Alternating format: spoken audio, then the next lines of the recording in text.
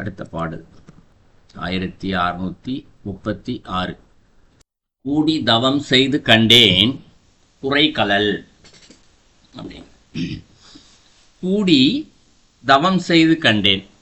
இப்போ போன பாடலில் ஒரு விஷயம் தெரிஞ்சுக்கிட்டாது, அதாவது விளைவறிவார்னு சொன்னார் இல்லையா, அதனால தவம் செய்வார்கள் அப்படின்னு சொன்னார் இல்லையா. அப்போ அந்த தவம் செய்வதை எப்படி உள்ளுக்குள்ள அவர் என்ன அனுபவிச்சாரு அப்படின்றத சொல்றார். ஏன்னா தவம் செஞ்சாரு, அதன் வழியா ஒரு ஆனந்தத்தை பெற்றாரு, எல்லாத்தோட மிக்கார் ஆனார் அப்படின்னு சொல்லிட்டு சொன்னோம் இல்லைங்களா. அவர் உள்ளுக்குள்ளே தான் என்ன உணர்ந்தார் அப்படின்றத இந்த பாடல்ல சொல்றாரு. முதல்ல கூடி தவம் செய்து அப்படிங்கிற கூடுதல் அப்படின்னா இங்க என்ன கூடுது? ஒரு 10 பேர் சேர்ந்து கூடுறாங்களா? நம்ம எடுத்தோடனே கூடி அப்படின்னும் போது யாரோ 10 பேர் சேர்ந்து உட்காந்து தவம் செஞ்சுருக்காங்கன்னு தான் நமக்கு பொருள் வரும், தெரியும். ஆனால் கூடினா அது அப்படி பொருள் எடுத்துக்கூடாது. இந்த இடத்துல நம்மக்கிட்ட 5 பொருட்கள் இருக்கு, 5 புலன்கள் இருக்கு. அதுதான் நம்மளை என்ன பண்ணும் இந்த இடத்துல. இப்போ மேலே எதெல்லாம் செய்யணும்னு சொன்னோமோ நம்ம அதெல்லாம் செய்யறது இல்லை. நமக்கு நல்லா தெரியும் இந்த தவத்தை செஞ்சால் இறைவனை போய் அடைஞ்சிடலான்னு, ஆனால் செய்யவே மாட்டோம். ஏன் செய்ய மாட்டோம்? நமக்கு குடும்பம், உறவு, பந்தம், பாசம் இதெல்லாம் இருக்கிறதுனால என்ன பண்ணுது, எல்லாத்தோட இந்த 5 புலன்கள் நம்மக்கிட்ட இருக்குது. இந்த 5 புலன்கள் என்ன பண்ணுது, நம்ம 5 பக்கம் சேர்ந்து பிச்சு இழுக்குது இந்த இடத்துல. அது விருப்பத்துக்கு சேர்த்து இழுத்துட்டு போகுது. அதனால் என்ன பண்ணணும் இந்த இடத்துல, முதல்ல இந்த 5 புலன்கள் 5 பக்கம் இழுக்குது இல்லையா, இது எல்லாத்தையும் ஒன்று சேர்க்கணும் முதல்ல ஃபஸ்ட்டு. அதான் கூடி 5ஐயும் ஒன்றாக கூட செய்யணும். இந்த இடத்துல 5ஐயும் கூட செய்ததுக்கப்புறம் என்ன பண்ணணும், அதை அமைதிப்படுத்தணும். இந்த இடத்துல நீ எந்த வேலையும் செய்யாத, சும்மா உட்காந்துக்கிட்டு அப்படின்னு சொல்லி செய்யணும். அப்படி செய்துட்டோன்னா என்ன ஆயிடுச்சுல, மனம் அனைத்தும் ஒன்று கூடுகின்றது, மனம் அமைதி அடைந்த நிலையை அடைகின்றது. அப்போ என்ன ஆகும் இந்த இடத்துல, நான் முன்னாடி சொன்னேன் இல்லையா, பக்கத்தில் ஒரு சத்தம் கேட்டால் கூட சரி, உணர்வற்ற நிலையில் இருப்போம். காதில் விழாது எந்த சத்தமே, நம்ம பாட்டுக்கு தியானம் செஞ்சுக்கிட்டே இருப்போம். இந்த சிறுவர்கள்லாம் காலையில் எழுப்புறதுக்கு ரொம்ப கஷ்டப்படுவாங்க பல வீட்டில், தூங்கிட்டு இருக்கால. என்ன கற்றுனாலும் சரி அவன் ஆடு தூங்கிட்டு இருப்பாங்க. இந்த இடத்துல உணர்வு இல்லாமல் எழுப்பினீங்களா அப்படின்னு எழுப்பி தூக்கிக்கிறல, அந்த அளவுக்கு தூக்கத்தில் இருப்பாங்க. ஏன்னா காதில் விழமாட்டேங்குது சத்தம் இல்லையா. அந்த மாதிரி தவம் என்று செய்யும்போது மனம், இந்த 5 புலன்களும் ஒடுங்கி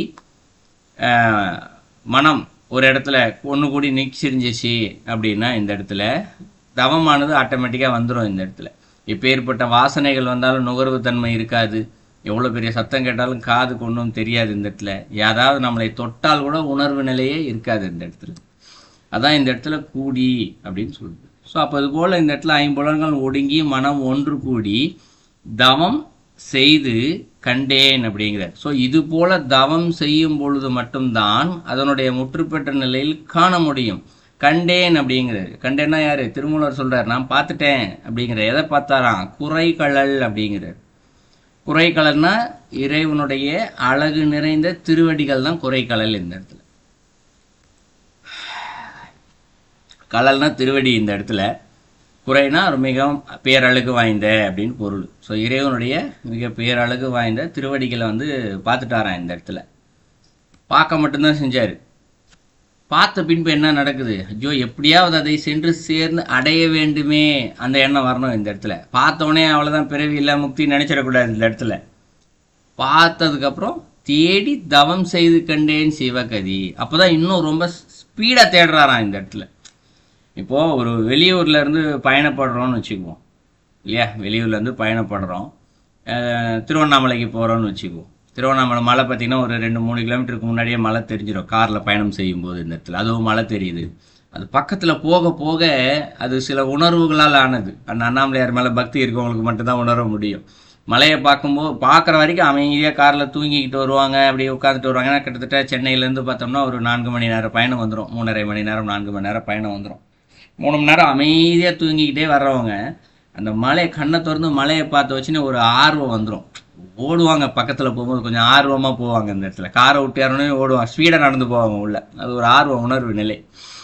அதுபோல் இங்கே இறைவனுடைய திருவடியை தவம் செஞ்சுக்கிட்டே இருக்காரு. பார்த்தோன்னே என்ன ஆகுதான் இந்த இடத்துல, ஸ்பீடாக சீக்கிரம் அந்த இதை பார்த்துடணும்னு சொல்லிட்டு தேடி அப்படிங்கிறாரு, ஓடுறாராம். அந்த இடத்துல தேடினா காணாமல் போச்சு ஒரு பொருள், அதை தேடி போகிறோம் அப்படின்னு பொருள் அல்ல. தேடினா அது ஒரு பொருள் இருக்கின்றது. ஆனால் இந்த இடத்துல தேடி அப்படின்னு சொல்லப்படுறது என்னென்னா விரைவாக செல்லுதல். இந்த இடத்துல குறைகளெல்லாம் பார்த்தாச்சு. அப்போ அதை தேடி தவம் செய்து கண்டேன் சிவகதி அப்படிங்கிறார். என்ன பண்ணுறாரு, அப்போ ஸ்பீடாக போயிட்டார். தவத்தை என்னென்னு பார்த்துட்டாரு, ஸ்பீடாக போயிட்டார் உள்ள. ஸ்பீடாக போனோன்னே என்ன ஆயிடுச்சு, அந்த இறைவனுடைய திருவடிக்கு பக்கத்தில் போய் பார்த்தோன்னே சிவகதியை தெரிஞ்சுக்கிட்டாரா இவர் இந்த இடத்துல. அதுவும் கண்டேன் அப்படின்னு சொல்றாரு இந்த இடத்துல. பார்த்துட்டார், ஓ இதற்கு பெயர் தான் சிவகதியா அப்படின்னு தெரிஞ்சுக்கிட்டார். சிவகதினா என்ன, ஐம்புலன் ஒடுங்கி போயிடும் இந்த இடத்துல, பிறவி இல்லாத நிலை. வந்து போன பாடலில் பார்த்தோம்ல, விண்ணையோடு மிக்காரே அப்படின்னு சொல்லிட்டு பார்த்தோம்ல. ஸோ தேவர்களை விட மிக்கவர்களாக ஆகி விடுகின்றார்கள், பிறப்பற்ற நிலைக்கு சென்று விடுகிறார்கள், ஆனந்தத்தின் உருவமாகவே மாறி விடுகின்றார்கள் இந்த இடத்துல. அது சிவகதி, அன்பின் உருவமாகவே மாறி விடுவார்கள். அதை அடைஞ்சிட்டார், சிவகதி அடைஞ்சிட்டார். அடுத்தடி என்ன சொல்றாரு, வாடி தவம் செய்து ஏதம் இவை களைந்து அப்படிங்கிறார். வாடி அப்படிங்கிறாரு. வாடுதல் அப்படின்னா நமக்கு தெரிந்த என்ன தெரியும், ஒரு பூ இருக்கு வாடி போச்சு அப்படின்னு சொல்லுவோம் இல்லையா. இல்லைன்னா யாராவது ஒருத்தர் சோகமாக உட்காந்துருந்தாங்கன்னா என்ன ரொம்ப முகம்லாம் வாடி போய் கிடக்கு அப்படின்னு ஒரு வார்த்தை பயன்படுத்துவோம் இந்த இடத்துல. அப்போ வாடுதல் என்றால் இந்த இடத்துல சோகம் என்பது ஒரு பொருள் இருக்கின்றது, ஆனால் அது அல்ல பொருள் இந்த இடத்துல. வாடி அப்படின்னா மனம் அழிதல் என்று பொருள் இந்த இடத்துல. மனம் இருக்கு இல்லையா, இப்போ முதல்ல ஐம்புலன்கள் தான் ஒடுங்கி இருக்குன்னு சொல்லியிருந்தோம் இல்லைங்களா. ஐம்புலன்கள் ஒடுங்கி மனம் ஒன்று கூடி தவம் செய்து கொண்டே இருக்கணும்னு சொல்கிறோம். இப்போ தவம் செய்யும்போது கூட இந்த இடத்துல தவம் செய்யும்போது ஆஹா நான் இறைவன் அடைய வேண்டும், இறைவனை அடைய வேண்டும் என்று தான் இந்த இடத்துல தவம் செய்து கொண்டே இருக்கும் இந்த இடத்துல இல்லையா. அப்போ மனம் இங்கு இயங்கிக் கொண்டே இருக்கின்றது, ஐம்புலன்கள் ஒடுங்கிய நிலையில் இருக்கின்றது, மனம் வேலை செய்து கொண்டே இருக்கின்றது. இறைவனை அடைய வேண்டும், அதோ அவருடைய திருவடியை பார்த்துட்டேன், நான் அவரை போய் அடையணும், இந்த ஆர்வம் சொன்னேன் இல்லைங்களா. இப்போ இதெல்லாம் என்ன செய்யுது, மனம் சிறிதளவேனும் இயங்கி கொண்டே இருக்கின்றது. ஃபுல்லாக இயங்குதுன்னு சொல்ல முடியாது, சிறிதளவேனும் இங்கே இயங்கிக்கிட்டு இருக்கு. அப்போ அந்த மனம் என்ன ஆயிடுச்சா இந்த இடத்துல, சிவகதி அடைந்தவுடன் அது அழிந்து விட்டதா மனம் இந்த இடத்துல, சுத்தமாக அசைவில்லாத நிலைக்கு போயிடுச்சான் இந்த இடத்துல. இப்போ மனம் அசைவற்ற நிலையில் தவம் செய்து ஏதம் இவை களைந்து அப்படிங்கிறாரு. ஏதம்னா என்ன, குற்றம் என்று பொருள் இந்த இடத்துல. இந்த ஏதம் ஏன் சொல்றாரு, இவ்வளோ உயர்ந்த நிலைக்கு போயிட்டாரு, சிவகதியே அடைஞ்சிட்டாரு, இதுக்கு மேலே இவர் என்ன குற்றத்தை களைய போறாரு, ஏன்னா பிறவி எல்லாத்தையும் அருந்திருக்கும், சிவகதி அடைஞ்சவனே பிறவி எல்லாம் அடைஞ்சாச்சு. ஆனாலும் ஏன் இந்த இடத்துல திருப்பி ஏதம் குற்றம் இவை களைந்து அப்படிங்கிறாரு. குற்றமாக இது எல்லாத்தையும் நான் களையிறேன் அப்படின்னா அப்போ இன்னும் அவர்கிட்ட குற்றம் இருக்கான்னு கேட்டால் குற்றம் என்பது இல்லை, ஏன்னா அவர் சிவகதியெல்லாம் அடைஞ்சிட்டார் இந்த இடத்துல, குற்றம் என்பது இல்லை. ஆனால் இனி குற்றம் என்பது வராது, அது ஒரு பொருள். இப்போ நான் குளிச்சுட்டேன் சுத்தம் அடைஞ்சிட்டேன் அப்படின்னு சொல்லிட்டு ஒருத்தர் சொல்லலாம், மீண்டும் அவர் அழுக்கு வராதுன்னு சொல்ல முடியுமா இல்லையா. ஏதாவது ஒரு வகையில் வினைகள் பற்றலாம் இல்லையா. இப்போ ஒரு இறைவன் பேரடி இந்த இறைவனுக்கு சிறுவடிக்கிட்ட போய் உட்காந்துட்டாரு, உட்கார்ந்தவனே அப்படி திரும்பி பார்த்தாரு அப்படின்னு வச்சுக்குவோம், நம்ம இறைவன் அடைஞ்சாச்சு அப்படின்னு அவர் திரும்பி பார்க்குறாரு. யாரோ தகுதியானவங்க 4 பேர் தவம் செய்வதற்கு தகுதியானவர்கள் இருக்கிறார்கள், அவர்களுக்கு சொல்லிக் கொடுத்தே ஆக வேண்டும் என்பது விதி, போன பாடலில் பார்த்தாச்சு. இப்போ அந்த 4 பேரில் ஒருத்தருக்கு மட்டும் இவர் தனிப்பட்ட பாசம் என்பது ஒன்று வந்துச்சுன்னு வச்சுக்குவோம். இது இயல்பு தானே, ஒரு பள்ளியில் ஒரு ஆசிரியர் இருக்காருன்னா 100 மாணவர்கள் இருப்பாங்க, ஆனால் ஏதாவது ஒரு மாணவர் மீது மட்டும் ஆசிரியருக்கு கொஞ்சம் பிடிக்கும், பற்று இருக்கும், நல்ல பையன்பா இவன் நல்லா படிக்கிற பையன்பான்னு அவனுக்கு கொஞ்சம் சப்போர்ட்டாக சொல்லி கொடுப்பாங்க, பேசுவாங்க, ஏதாவது ஒன்று செய்வாங்க இந்த இடத்துல. அதுபோல் இவருக்கு ஏதாவது ஒரு பற்று வந்து விட்டாலோ, இல்லை என்னுடைய குடும்பத்தாருக்கு நான் இதை சொல்லிக் கொடுக்க வேண்டும், அந்த எண்ணங்கள் ஏதாவது வந்துச்சுனாலோ இதெல்லாமோ பற்று. இதெல்லாம் முன்னாடியே இருந்துச்சான்னு கேட்டால் இல்லை இல்லையா, அவர் இறைவனை திருவடியாகும் போது இல்லை. ஆனால் பின்மாடி இவரை பற்றி கொள்வதற்கான வாய்ப்புகள் இங்கே இருக்குது இல்லையா. அது போல் வாய்ப்புகள் எதுவுமே, அதற்கான செயல்முறைகள் என்னென்னலாம் இருக்கும் இது எல்லாத்தையுமே இவர் கலைந்து விடுகின்றார். அதுதான் இந்த இடத்துல ஏதம். ஏதம்னு சொன்னால் குற்றம் தான், ஆனால் இனி வரப்போகின்ற குற்றம் எதனாலும் அந்த குற்றங்கள் இவரை அண்டாது இந்த இடத்துல. அதான் 3வது அடியில் சொல்றார், கலைந்து அப்படிங்கிறார், எல்லாத்தையும் கலைச்சிடுறாரு நேரத்தில், ஒன்றுமே இல்லை இவர். அடுத்து ஊடில் பல உலகோ எத்தவமாமே அப்படிங்கிறார். ஊடில் அப்படின்னா இந்த இடத்துல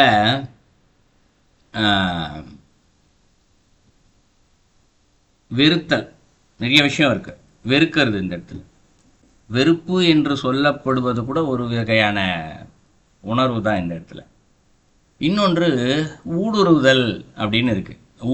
ஊடில்னா நம்ம ஊடுதல், ஊடுருவுதல், இதெல்லாம் நம்ம தெரியும் விளக்கம் இந்த இடத்துல. ஊடுருவுதல்னா என்ன, ஒரு பொருள் மீது பற்றுக்கொள்ளுதல். ஊடுருவி பற்றி கொள்ளுதல், உள்ளுக்குள்ள என்ன இருக்கு அப்படின்னு போய் பார்க்கறது இந்த இடத்துல. அதான் ஊடில் இந்த இடத்துல. பல உலகோர் எத்தவமாமே அப்படிங்கிறார். அப்போது இங்கே இடத்துல ஊடில் அப்படின்னு சொல்லப்படுறது ஒருத்தர் தவம் செஞ்சுக்கிட்டு இருக்காருன்னு வச்சுக்குவோம் இல்லையா. ஒருத்தர் இப்போ மேலே 3 நிலை சொல்லிட்டார் இந்த இடத்துல. இன்னைக்கு இந்த நிலையை பார்த்து நாம் தவம் செய்கிறேன் அப்படின்னு சொல்லிட்டு அவருக்கு இந்த இடத்துல ஒரு பொருள் மீது பற்று வந்தாலோ, இல்லை என்றால் ஆசைகள் வந்தாலோ, இல்லை வெறுப்புகள் வந்தாலோ, யாராவது ஒருத்தர் மேலே என்ன உட்காந்தா, இன்னைக்கு பல இடங்களில் பார்க்கலாம்ல, வீட்டிலே பார்க்கலாம். ஒருத்தர் தியானம் பண்ணுறேன்னு போய் உட்காந்தாருன்னா அப்போ தான் வீட்டில் இருக்கவங்ககிட்ட முன் சத்தத்தை போடுவாங்க, கதவை தட்டுவாங்க, ஃபோன் அடி, ஏமாலாம் தான் உட்காந்துட்டு இருக்க, பூஜை பண்ணிட்டு இருக்க, தெரியாதா ஏன் இப்படி பண்ணீங்கன்னு அப்போ தான் கோபமாக பேசுறது இந்த இடத்துல. கோபம் வரக்கூடாதுன்னா பூஜை பண்ணுறது, தியானம் பண்ணுறது, தியானம் பண்ணுறது. ஆனால் அந்த நேரத்தில் வீட்டில் இருக்கவங்களுடைய செயல்பாடுகளை பார்த்து இதெல்லாம் செய்யாமல் இருக்க மாட்டீங்களா, நான் தவறு செஞ்சுருக்கேன், அப்போ தான் கோபமாக வருது. இதுதான் ஊடில் இந்த இடத்துல. இது எல்லாத்தையுமே இவங்க செய்து கொண்டு பல உலகோர் அப்படிங்கிறாரு. அப்படின்னா அந்த உலகத்தில் இருக்கக்கூடிய பல பேர் இதைத்தான் செய்கிறாங்க அப்படிங்கிறார். இதையெல்லாம் நன்மை இதெல்லாம் அப்படி என்று அவர்கள் செய்து கொண்டே இருந்து, நன்மை செய்து கொண்டிருக்கும் போது இந்த இடத்துல கோபப்படுதல், ஆசைப்படுதல், தனக்கு என்னுடையது அப்படின்ற கருத்தை சொல்லுதல், இந்த இடத்துல நான், இந்த அகங்காரம் வருது. இந்த மாதிரி இருக்கக்கூடிய சிலைகள் எல்லாத்தையும் இந்த உலகத்தோர் செய்து கொண்டே இருந்தால் அது எத்தவமாமே அப்படின்னு குடிக்கிறார். அது என்ன ஒரு கேள்விக்குறியோடு முடிக்கிறார். இதெல்லாம் ஒரு தவம் ஆகுமா, எத்தவம் ஆமே அப்படிங்கிறார். தவமாமேன்னு முடிக்கல, எத்தவம் அப்படிங்கிறார். எந்த தவம் ஆகும் இதெல்லாம் அப்படிங்கிறார். அப்படின்னா என்ன பொருள்னா, தவத்திற்கு ஏகப்பட்ட வழிமுறைகள் இருக்குன்றது. தவம் செய்கிறதுக்கு ஒரு தான் வழிமுறைன்னு இல்லை, ஒரு 10 வழிமுறைகள் இருக்கும். ஆனால் என்ன சொல்ல, நீ எந்த வழிமுறையில் போனாலும் சரி, இது எந்த வழிமுறையில் வரும், இல்லை எது இந்த பேச்சு வழக்கில் சொல்லணும்னா இவன் எந்த வகையிலுமே சேர்த்திக்கலப்பா, வித்தியாசமான ஆளாக இருக்கான் அப்படின்னு சொல்லுவோம் இல்லையா. அதுபோல் இவர் செய்கின்ற தவம் எந்த தவமே ஆகாது அப்படின்னு சொல்லி முடிக்கிறார். அப்போ நாளடிக்கும் தேடி பார்த்தோம் அப்படின்னா, சென்ற பாடலில் பார்த்தபடி நாம் பலனை அறிந்து கொண்டு இறைவனை சென்று ஏகாந்தத்தில் இருப்போம், பிறவி இல்லாத நிலையில் இருப்போம் என்று அறிந்து கொண்டு நம்முடைய ஐம்புலன்களை பயிற்சி முறையில் ஒடுக்கி மனதை ஒன்று கூடி தவம் செய்தால் அங்கு இறைவனது திருவடியை காணலாம். அதற்கு சான்று திருமூலர். ஏன்னா அவர் கண்டேன் அப்படின்னு சொல்கிறார், சான்று சொல்கிறார். நீங்கள் இதெல்லாம் சொன்னால் கிடைக்குமான்னு சொல்கிறீங்க, அது எப்படிங்க கிடைக்கிறதுக்கு நான் எப்படி நம்புறதுன்னு யாராவது ஒருத்தர் கேள்வி கேட்டால் தானே சான்றாக நின்று பதில் சொல்கிறார், கண்டேன் அப்படின்னு சொல்கிறார். அப்போ நான் பார்த்ததுக்கப்புறம் என்ன செஞ்சேன், இன்னும் ஸ்பீடாக போனேன் இந்த இடத்துல. ஆகா நான் பார்த்துட்டேன் இறைவனுடைய திருவடின்னு ரொம்ப ஸ்பீடாக போய் அதுக்கு பக்கத்திலே போய் அதை உணர்ந்து விட்டேன், சிவகதி அடைந்து விட்டேன். சிவகதினா நான் முழுசாக கதி, நம்ம பேச்சு வழக்கில் சொல்லுவோம்ல, அதே கதியின்னு கிடக்காம பாவன் அப்படின்னு சொல்லுவாங்கள்ல, அந்த வீடே கதின்னு கிடக்காம அப்படின்னு ஒரு பேச்சு வழக்க வார்த்தையை சொல்லுவாங்க. வெளிலே வரமாட்டான், ஆஃபீஸ் போக மாட்டான், இதான் ஒன்று சொல்லுவாங்க. அதுபோல் இவர் இறைவனுடைய திருவடியே கதி என்று அங்கேயே சரணடைஞ்சே இருக்காராம் இந்த இடத்துல. அப்படி இருந்த பின்பாகவும் இவருக்கு எந்த வகையான அதன் பின்பால் வரக்கூடிய பற்றுக்கள், ஆசைகள் எதுவும் இவர் வரவிடாதபடி தன்னை சுற்றி அரண் போல் இறைவனுடைய திருவடியே பாதுகாப்பாக வச்சுட்டார் இந்த இடத்துல. இறைவனுக்கு பாதுகாப்பாகவே நின்றுடும் இந்த இடத்துல. இவர் செய்கின்ற தவத்தின் பலனாக எந்த விதமான பற்றுக்களும் ஆசைகளும் அவரை பற்றாத நிலைக்கு வந்துடும். இப்போ போன பாடல அறம் அப்படின்னு ஒன்று சொன்னோம் இல்லைங்களா, அதுபோல் அறத்தின்படியே அவர் நடக்க ஆரம்பிச்சிருவார் இந்த இடத்துல. ஸோ 3 விஷயம், தான் என்ன செய்தேன், இல்லை இந்த தவத்தை செய்தால் என்னென்ன நடக்கும் அப்படின்னு சொல்லிட்டு நானும் தவம் செய்கின்றேன் என்ற பேர் வழியில் இதெல்லாம் செய்யாமல் சில பேருக்கு சும்மா கண்ணை மூடிட்டு மட்டுமே உட்கார்ந்துக்கிட்டு இருக்காங்க. இல்லை இதற்கு எதிர்மறையான கோபத்தை வர வைத்தாலும், ஐம்புலன்களின் வழி வேலை செய்தாலும், மனம் அது ஏங்கி யோசித்து கொண்டிருந்து வேலை செய்தாலும் சரி, இதெல்லாம் செய்தால் இதெல்லாம் என்ன தவமாகும் அப்படின்னு சொல்லிட்டு முடிக்கிறாரு. இது அந்த பாடலுடைய கருத்து.